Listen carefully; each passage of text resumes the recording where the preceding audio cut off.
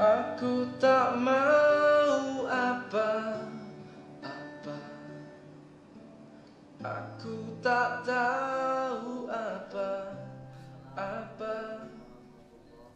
Aku tak punya apa.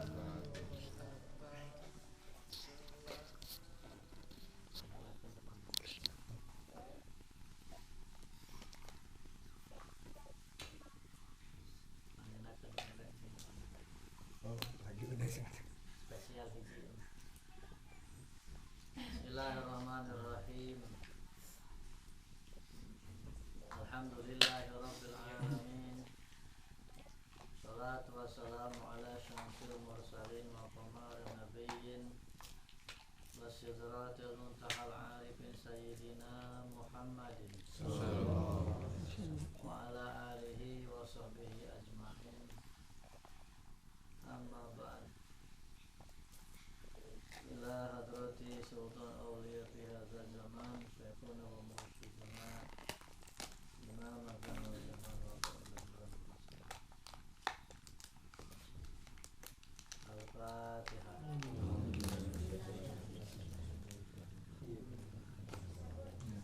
Siratal ladzina an'amta alaihim ghairil maghdubi alaihim waladdallin.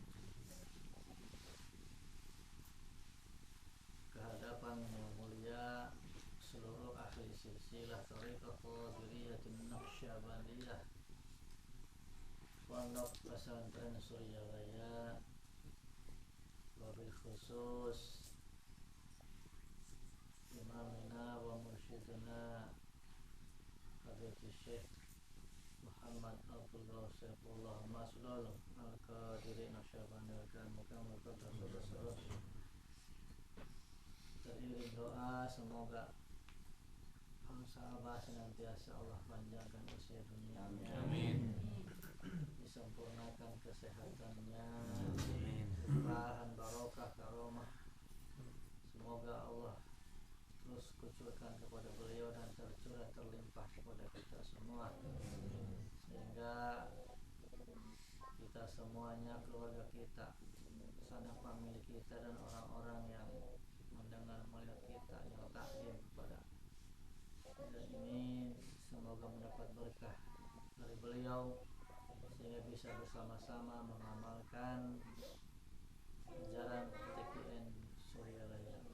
Amin ya Allah ya Allah. Kehadapan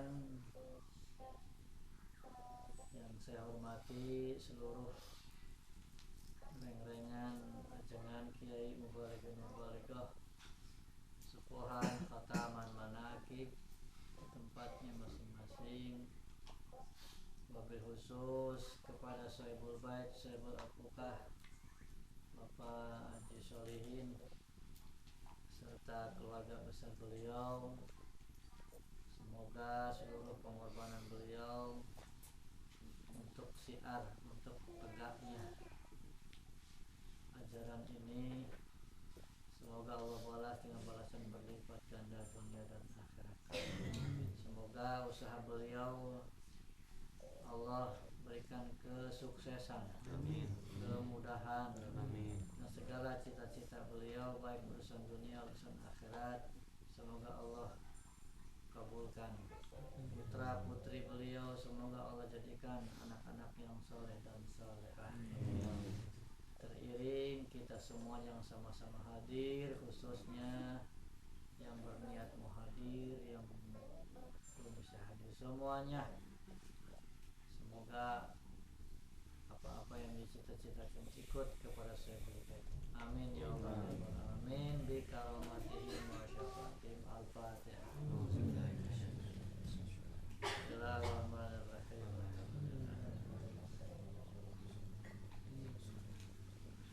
Siratal ladzina.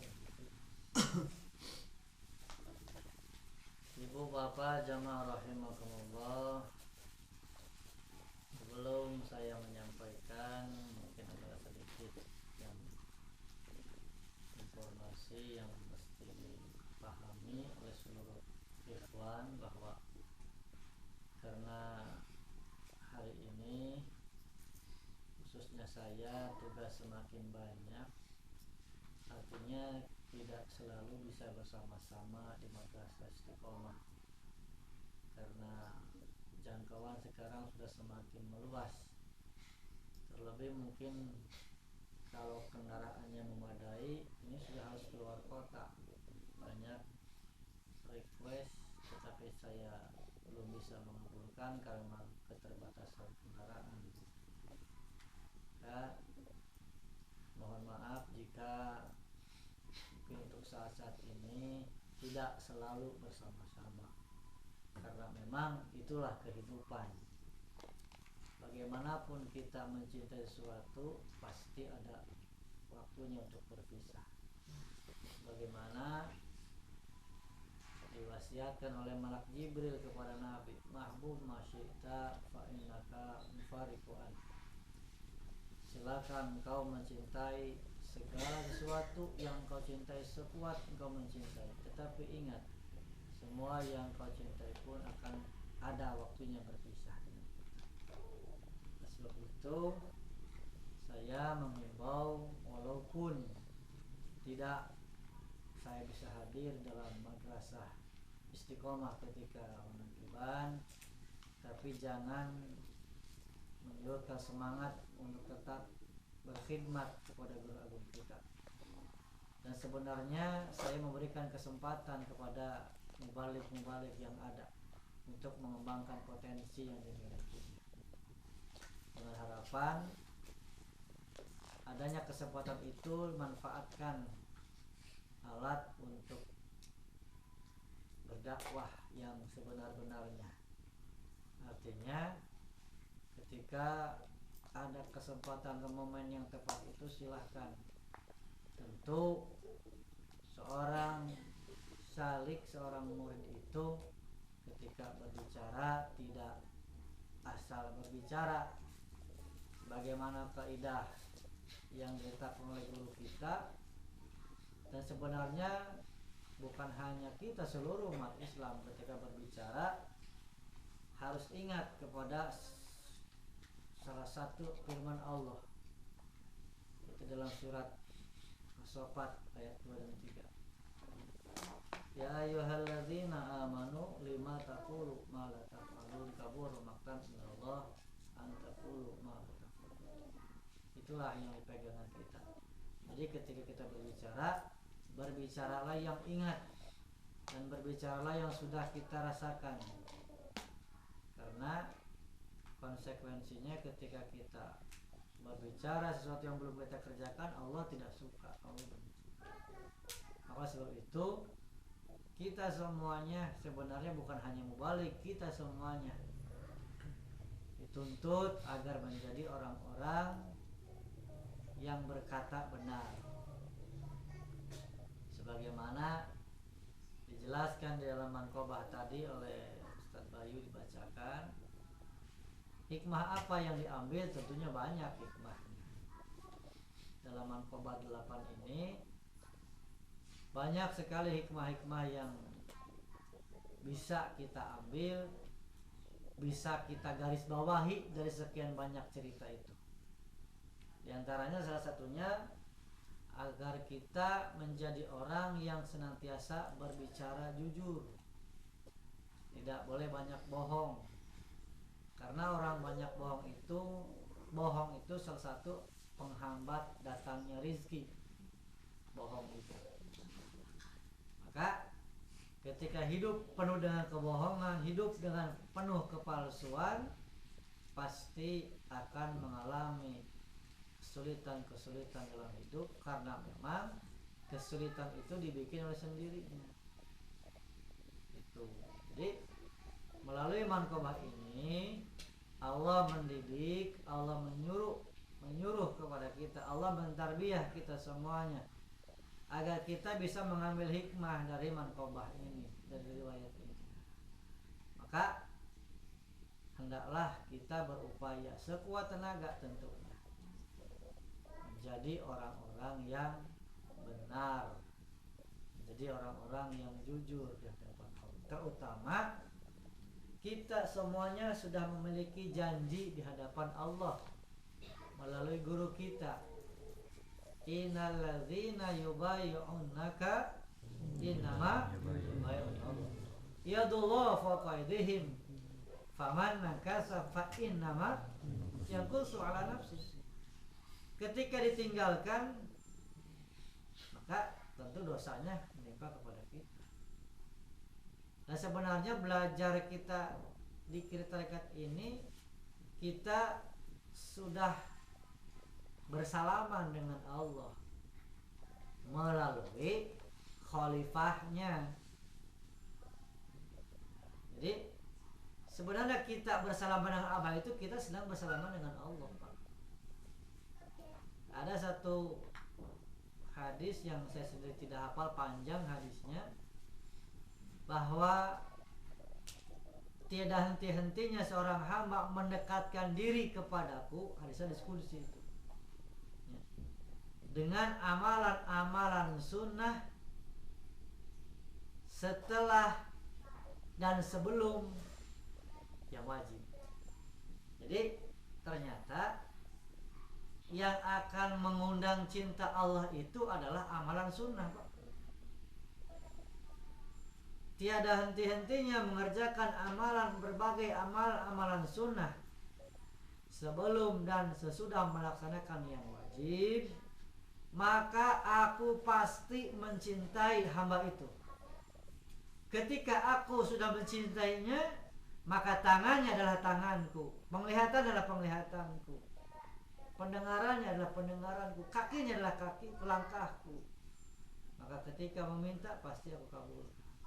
Ingat kalimat tersebut, tangannya yang dipergunakan adalah tanganku, kakinya yang dipakai melangkah adalah menjadi kakiku. Artinya ketika kita bertemu dengan Syekh Mursyid, bersalaman, mencium tangan beliau, sama dengan mencium tangan Allah.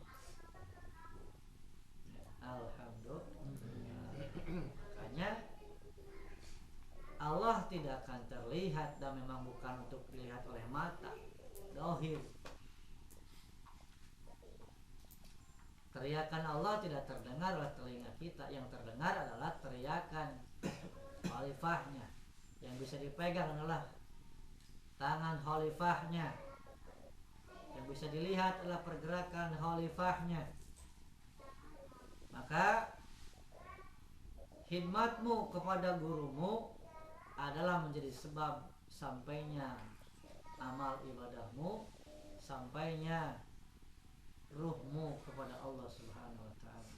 Sebagaimana kaul ulama mengatakan, khidmatu rijal sababun wusul ilallah. Khidmatnya kita kepada seorang yang memang pantas dimuliakan oleh Allah, pantas dimuliakan oleh kita, kita berkhidmat kepadanya, maka khidmat kita inilah yang menjadi sebabiyah usul sampainya kita kepada Allah. Maka mudah-mudahan langkah kaki kita dari tempatnya masing-masing untuk berniat khidmat kepada guru agung kita, menghadiri majelis manakib di Madrasah Istiqomah. Istiqomah berapa di sini teh? Apalagi istiqomah berapa ini? Istiqomah 15 sini. Sampai lupa karena memang banyak madrasah istiqomahnya. Makanya dipasang, mestinya pasang itu. Mudah-mudahan khidmat kita melalui ini, yang kita ini terus terang kalau mau jujur bukan tipikal orang-orang ahli mujahadah. Makanya kita bukan ahli mujahadah, hendaklah mau bergabungkan diri dengan orang-orang yang sudah ahli mujahadah. Dan kita menggabungkan diri dengan orang-orang yang ahli mujahadah ini, mudah-mudahan kita terbawa oleh beliau-beliau kepada Allah Subhanahu wa taala. Ibu bapak jamaah rahimakumullah, ada banyak yang harus digarisbawahi dalam manqabah ini sebenarnya. Salah satunya adalah tadi tentang kita harus memiliki sikap yang jujur. Kemudian yang harus digarisbawahi, yang harus diambil esensi dari kisah ini adalah tentang adab seorang anak kepada orang tua. Yang beliau Syekh Abdul Qadir ketika akan melaksanakan apa yang menjadi perintah Allah melalui lisan onta, awas, onta hanya sebagai wasilah. Perintah Allah hanya melalui lisan onta hanya wasilah. Yang mengatakan, wahai Abdul Qadir, engkau ciptakan bukan untuk ini, bukan untuk menggembalakan onta. Makanya beliau lepas onta itu berangkat, ingin pesantren, ingin mencari ilmu ke Baghdad dengan minta ridho ibunya, minta izin kepada ibunya, karena memang keberkahan ada kepada orang. Makanya senantiasa mohonlah doa kepada orang tua kita. Dan memang berbuat baik kepada orang tua adalah perintah. Orang tua di sini ada dua, ada orang tua jasad, ada orang tua batin. Orang tua jasad adalah kedua orang tua, ibu bapak yang melahirkan dari alam langit ke alam dunia. Ada orang tua batin, orang tua ruhani, yaitu Syekh Mursyid yang melahirkan kita dari alam dunia ke alam langit. Itulah bedanya. Makanya pantas seorang ulama sufi mengatakan seorang Syekh Mursyid ini adalah orang yang termulia di dunia setelah tentu para nabi dan para rasul. Jadi posisinya ternyata Syekh Mursyid ini di atas orang tua sendiri, orang tua kandung. Kalau melihat kedudukan kemuliaan di hadapan Allah. Dan saya harapkan saya mengeluarkan pernyataan ini jangan menjadi lantas sakit hati. Wah, ini Bang Lukman ada sesuatu mungkin mengatakan, jangan begitu. Kita harus ditarik dulu. Dari mana sumbernya sampai mengatakan bahwa Syekh Mursyid ini lebih mulia dari orang tua jasmani. Karena apa? Seorang Syekh Mursyid ketika memberikan perintah kepada anak-anaknya tidak ditumpangi oleh hawa nafsu. Tetapi orang tua jasad ada kalanya ketika memerintahkan sesuatu kepada anak-anaknya masih ditumpangi oleh hawa nafsu. Itulah bedanya. Suatu contoh, bukankah kita ini sudah berjanji di hadapan Abah bahwa kita akan mengikuti beliau, bahwa kita akan belajar dengan sungguh-sungguh. Tetapi pada prakteknya di lapangan ketika kita melaksanakan dengan tidak sungguh-sungguh, apakah Abah pernah marah-marah kepada kita? Apakah Abah tidak tahu? Tahu. Mana ngedul bukan tin? Oh, wing meureun tah gitu. Mana nu dikira teh tilu jeung tilu we dikira hataman mumbul. Tahu mumbul? Hataman malas. Manakiban kan bae manakiban aya minggu hareup deui ieu. Tahu. Tetapi apakah Abah marah? Tidak. Kenapa Abah tidak marah?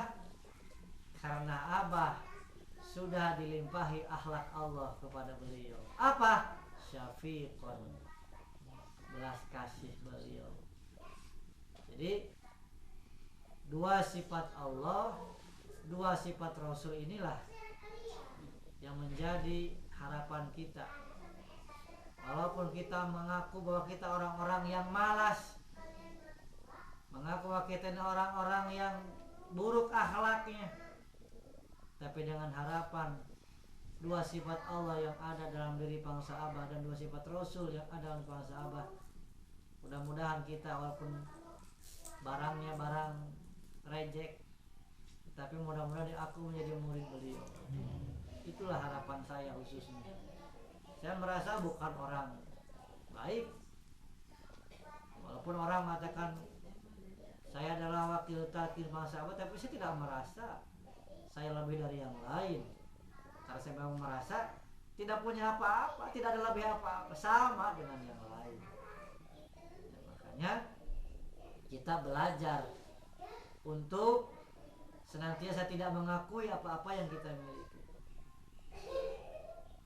Makanya la haula wala quwata terus kita amalkan dalam khataman, supaya dari hasil bacaan ini menjadi amalan, mendarah daging pada akhirnya. La haula wala quwata itu adalah la haula, tidak ada kekuatan untuk melaksanakan ketaatan, tidak ada kekuatan, kemampuan untuk menghindari berbagai maksiat illa bil, kecuali atas izin Allah, kekuatan Allah Subhanahu wa taala. Artinya kita tidak punya apa-apa. Ya. Jadi kita belajar untuk itu. Selanjutnya di dalam manqabah itu ada hal yang harus digarisbawahi. Apa itu? Tentang penghalang-penghalang ibadah. Digambarkan dengan rampok dalam cerita itu. Kita sering kerampokan, terutama kerampokan oleh diri kita sendiri. Saya sering menjelaskan tentang hal ini, bahwa penghalang ibadah kita kepada Allah berdasarkan Syekh Ibrahim Al-Mustamli menjelaskan bahwa penghalang ibadah ini ada berapa, Bu? Buka primbona. Ada 4 roho deui. Roho beh ya mah. Penghalang ibadah itu satu diri kita dulu. Karena penghalang yang paling besar adalah diri kita, hawa nafsu kita. Diri kita adalah hijab dengan Allah. Kalau kita senantiasa mengikuti hawa nafsu kita, yang merupakan diri di sini adalah nafsu yang terendah, itu nafsu amarah, yang senantiasa inna nafsa la amaratu bisu, menjuruskan pada hal-hal yang jelek, kita terhijab dengan Allah. Kita terhijab dengan Allah. Makanya Abah Ano menjelaskan situ dalam kitab Miftahus Sudur, menukil hadis Rasul yang bunyinya akhafu ma akhafu ala ummati itibatul hawa wa tul amal. 2 itu Abah Ano mencatat di halaman depan.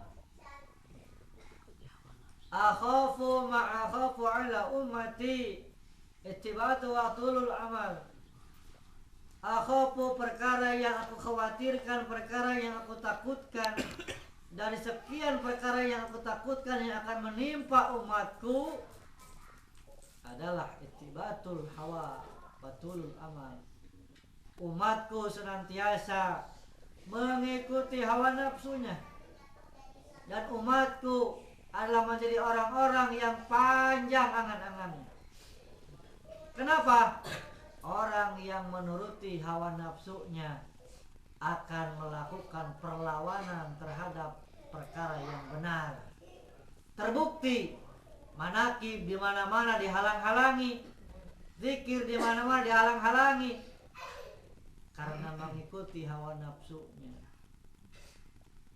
Padahal manakib isinya adalah membaca Al-Quran, membaca wasiat, berwasilah kepada orang-orang soleh dan Rasulullah, dan membacakan riwayat orang soleh. Apakah semua ibadah? Ibadah. Tetapi kenapa mereka menghalang-halangi? karena mengikuti hawa nafsu. Ketika mengikuti hawa nafsu, maka akan terjadi melakukan perlawanan terhadap perkara yang benar. Itulah makanya Abah Ano mencatat itu, karena memang eksesnya, dampaknya yang akan seperti seperti penyakit kanker mungkin ya, atau menggerogoti ya. Belum lagi itibatul panjang angan-angan. Orang yang panjang angan-angan akan lupa terhadap urusan akhirat. Melaksugan di tanah lamun dicebor, mudah-mudahan hasilnya manawiyan. Mengharap burung terbang tinggi, punai di tangan, dilepaskan. Cul dog tinggal eagle. Non hati lah.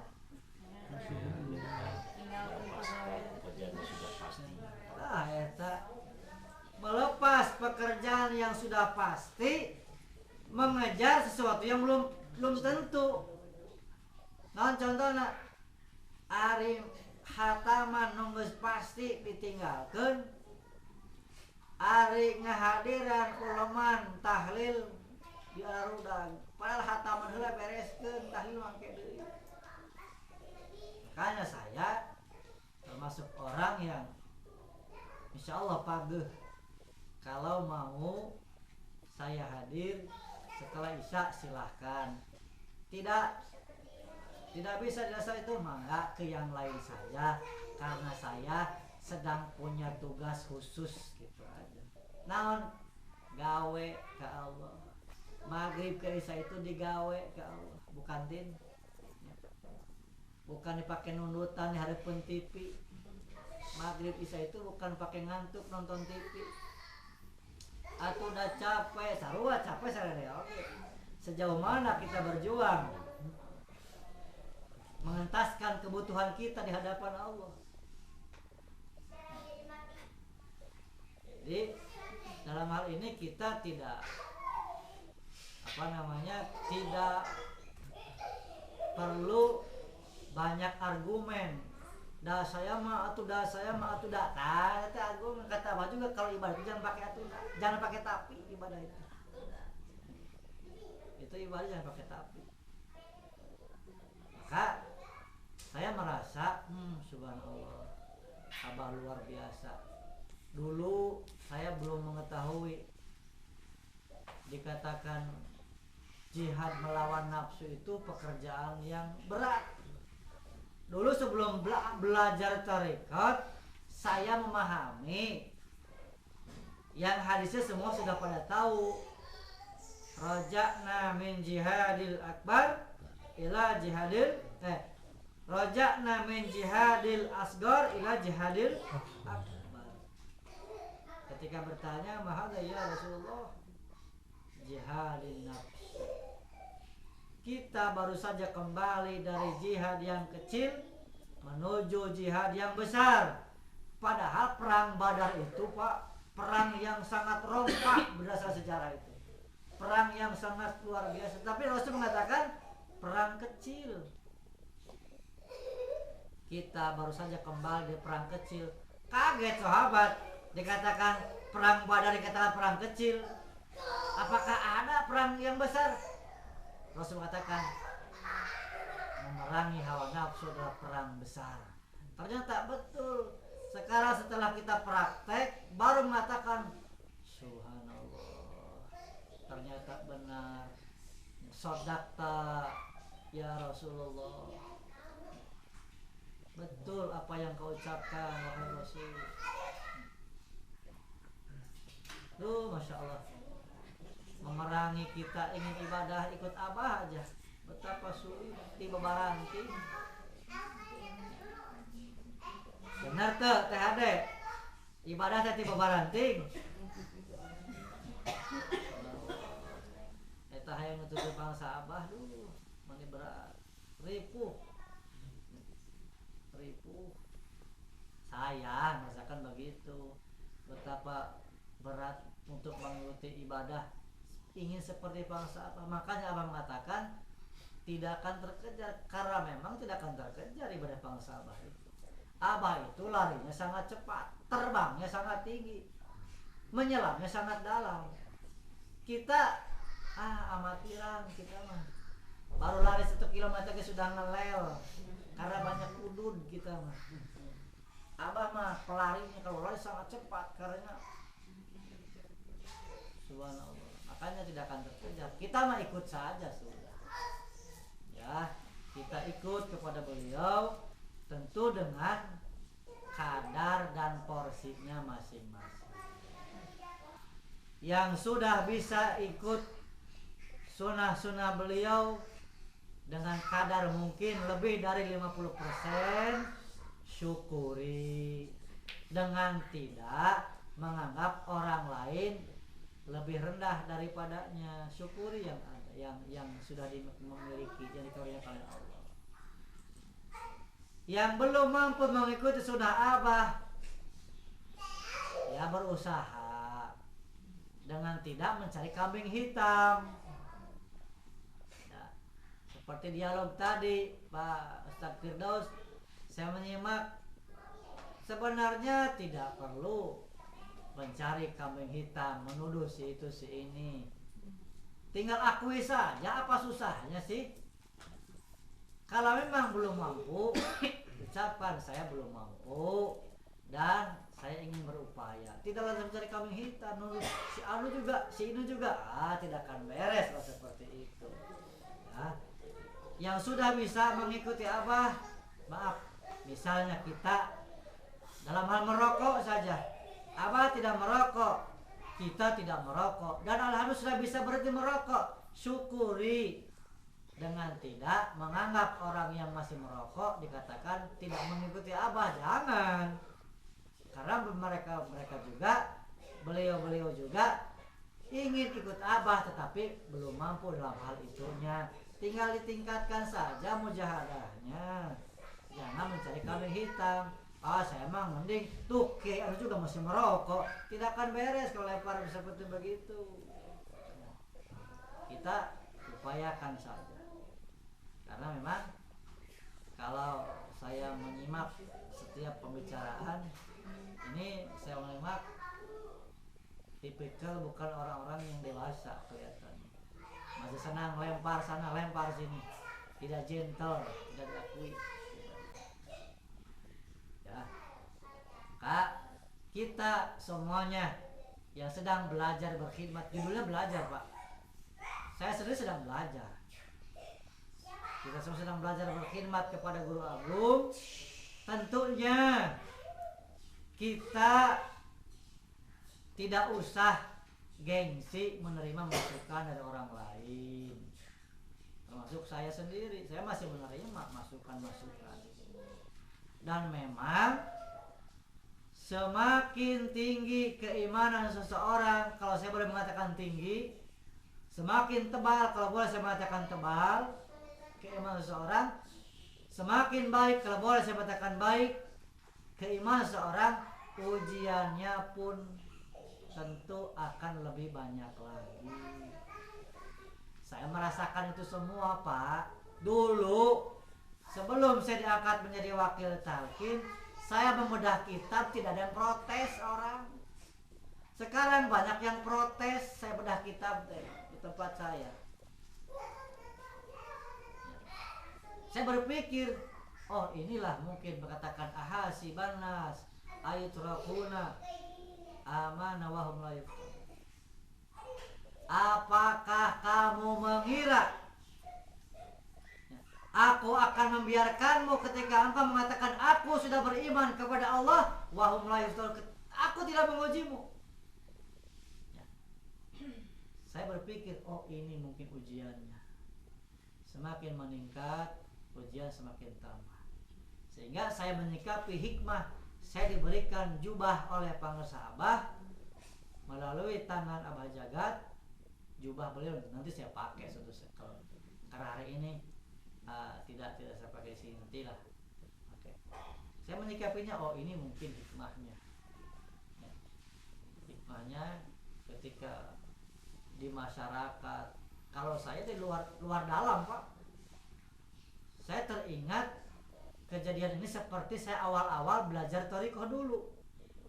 Ketika awal-awal belajar thariqah, saya dalami, saya kumpulkan hadis-hadis yang berkenaan dengan dzikir dan semuanya dalam manaqibnya, khatam semua saya kumpulkan, Quran, hadis, kalau ulama, ternyata betul ada rongrongan dari para orang-orang tokoh-tokoh masyarakat, tokoh-tokoh agama di sekitar saya, 7 RT bahkan merongrong kepada saya dulu, ingin meruntuhkan, jangan sampai thariqah berada di daerah Hegar mana.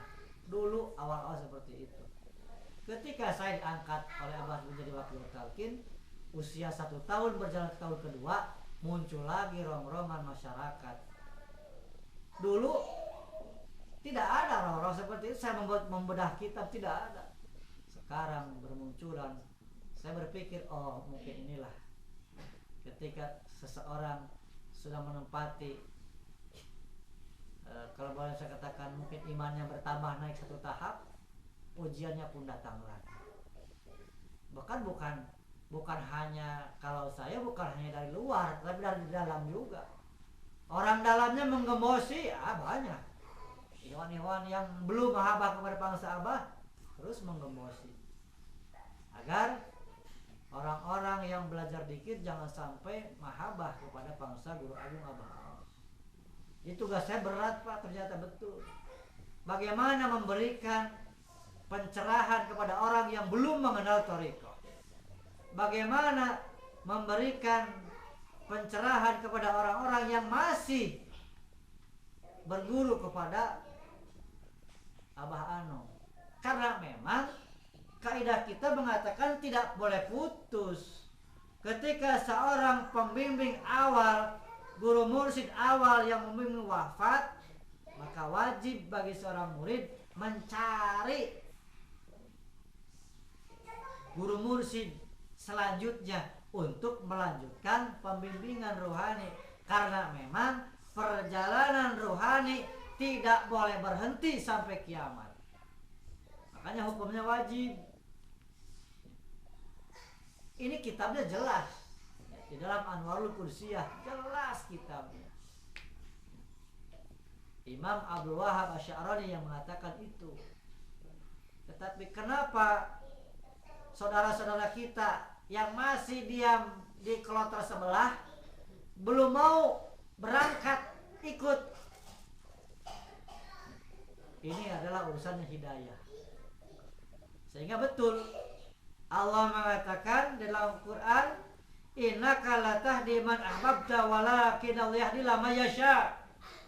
Innaka, sesungguhnya ka dulu kepada Nabi, sekarang bisa jadi itu kepada kita.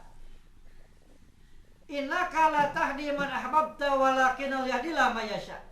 Sesungguhnya wahai Luqman, wahai Firdaus, wahai Dadan, wahai Andre, la tahdi man ahbabta, tidak akan bisa kamu memberikan hidayah kepada orang yang kau cintai. Walakin Allah yahdi man yasha. Tetapi Allah akan memberikan hidayah kepada orang-orang yang dipilih olehnya. Jadi urusannya pilihan Allah, ternyata hidayah.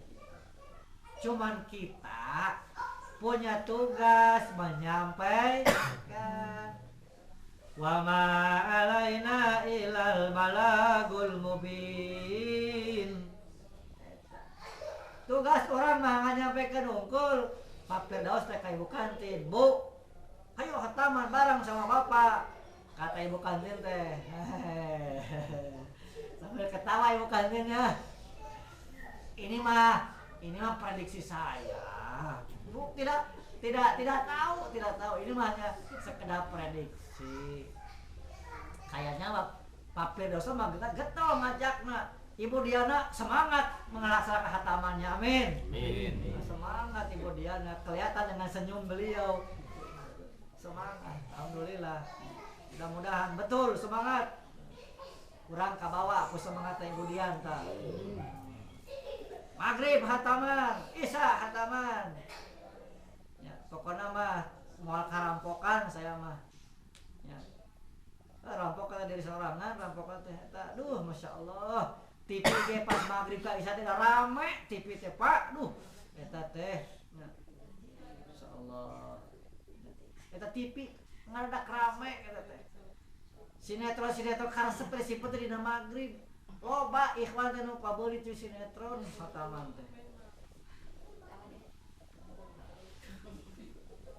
Padahal Pak, kalau kita membaca kitab Azkiyah, di situ dijelaskan man roma faslu tariqul auliya.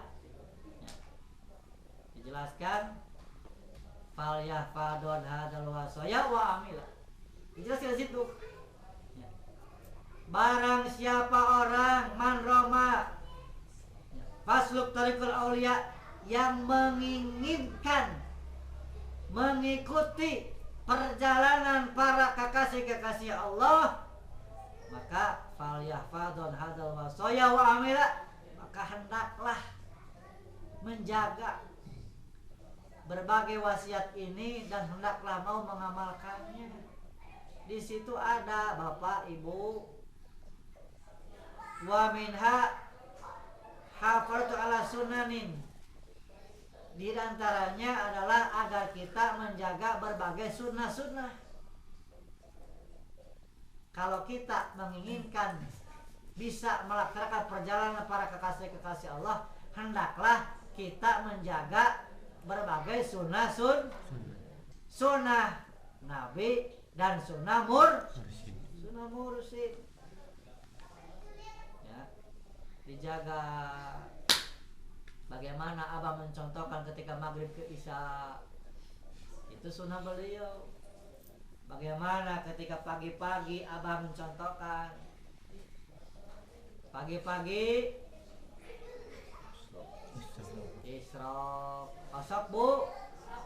Oh alhamdulillah kosok. Jam sabaraha isrokna moco?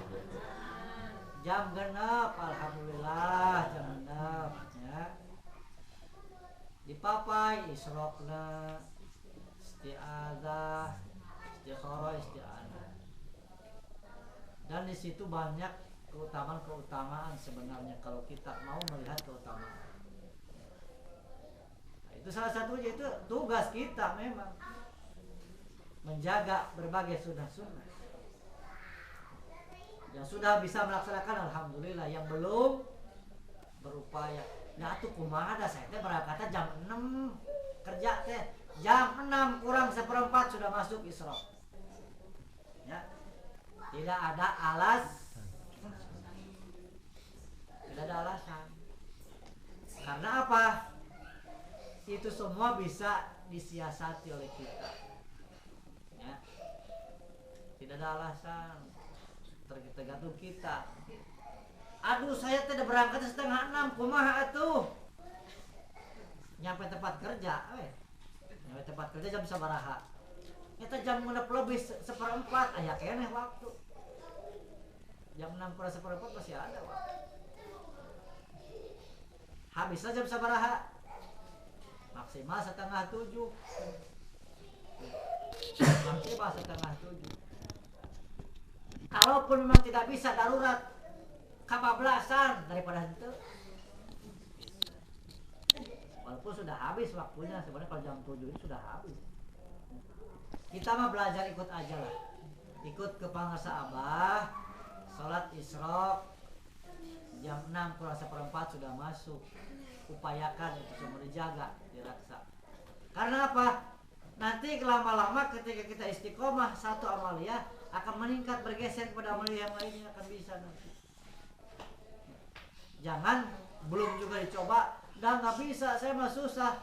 Itu namanya nyumpahi diri sendiri. Can gak dicoba nggak ngomong hese.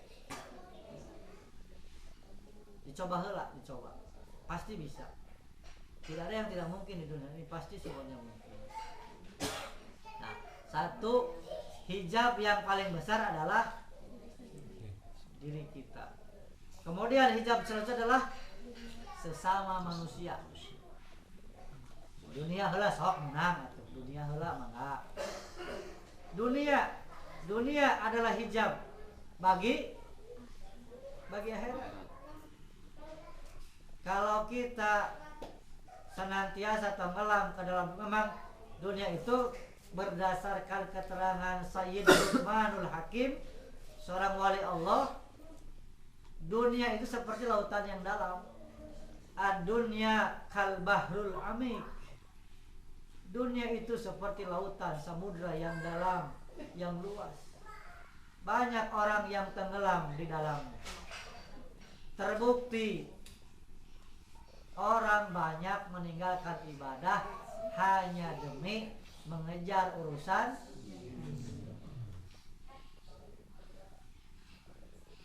Saya mengalami itu semua, Pak. Bukan mengalami meninggalkan, mengalami sebagai saksi langsung. Banyak orang seperti itu. Ketika ditanya alasannya seperti itu. Alasannya. Makanya kita sesibuk apapun, serepot apapun, jangan sampai meninggalkan ibadah-ibadah yang sudah diwajibkan oleh Allah melalui contoh Rasul dan guru kita. Khataman itu hukumnya wajib, Pak. Bagi seorang salik itu wajib hukumnya. Manakib itu wajib hukumnya bagi seorang salik.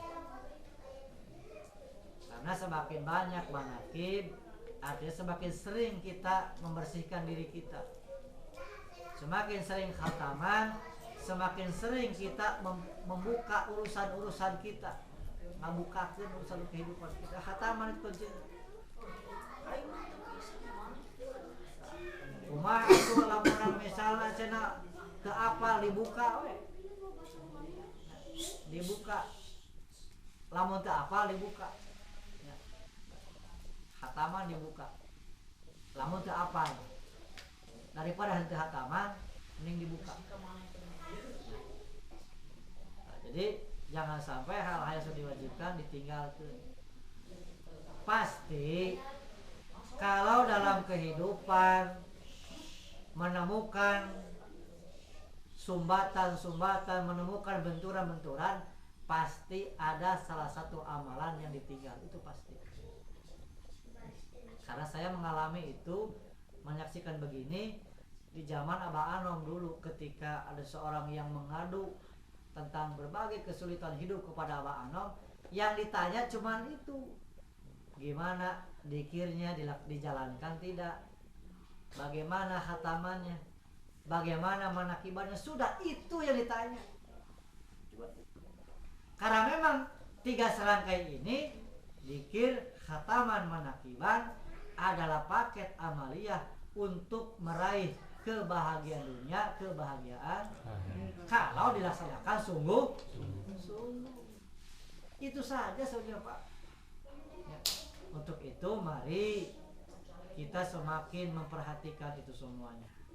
Dzikirnya kita perhatikan. Di samping kuantitas jumlah, juga sekarang tingkatkan kualitasnya. Ya. Bagaimana kualitas dzikir? Sebagaimana aturan yang sudah saya sampaikan, dzikir itu iramanya harus terdengar enak. Dzikir itu harus enak.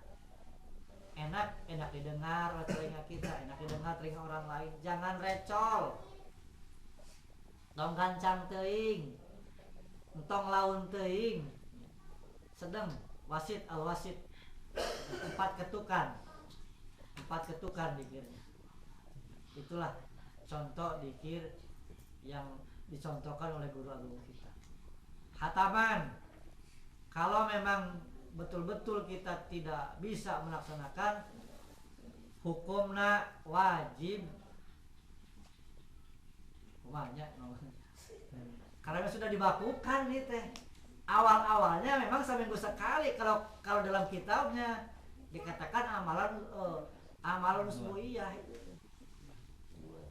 Yaumiyah biasa hariah, wajib sekali. Tetapi karena sekarang sudah dibakukan, maghrib isya Senin setelah asar, Kamis setelah asar, itu pekerjaan kita. Ya, awas. Senin setelah asar, Kamis setelah sholat khataman, itu ada. Ya, itu pekerjaan. Kalau semua paket dilaksanakan, pasti banyak kemudahan-kemudahan.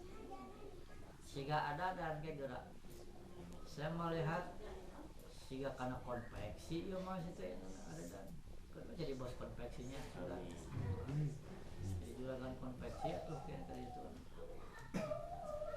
Tahu ya hataman sama tinggal. Mudah-mudahan apa yang disampaikan hari ini, ya mah hitung-hitung kita lah. Tepang sono terus 2 kali manakiban di daya wae karena marang yang ringan-ringan dulu aja.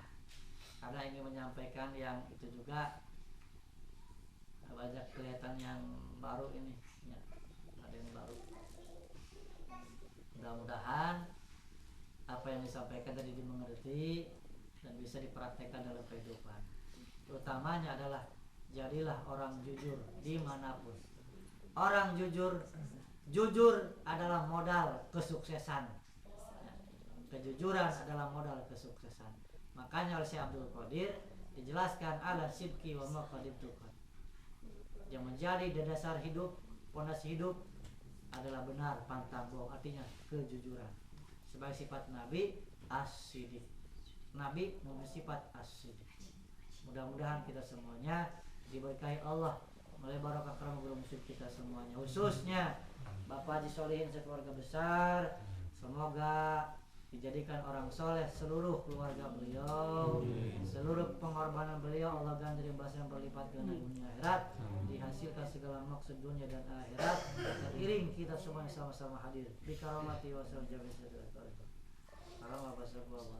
Al-Fatihah. Silakan.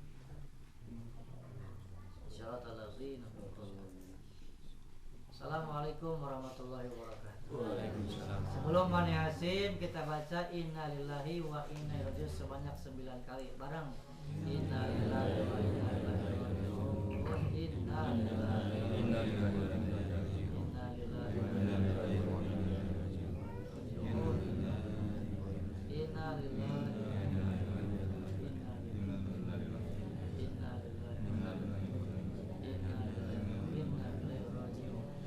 para penghalang menapi dimanapun berada.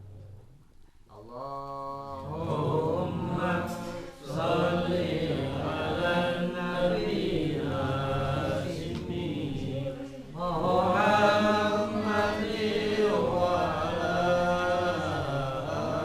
alihi wa sallim taslima.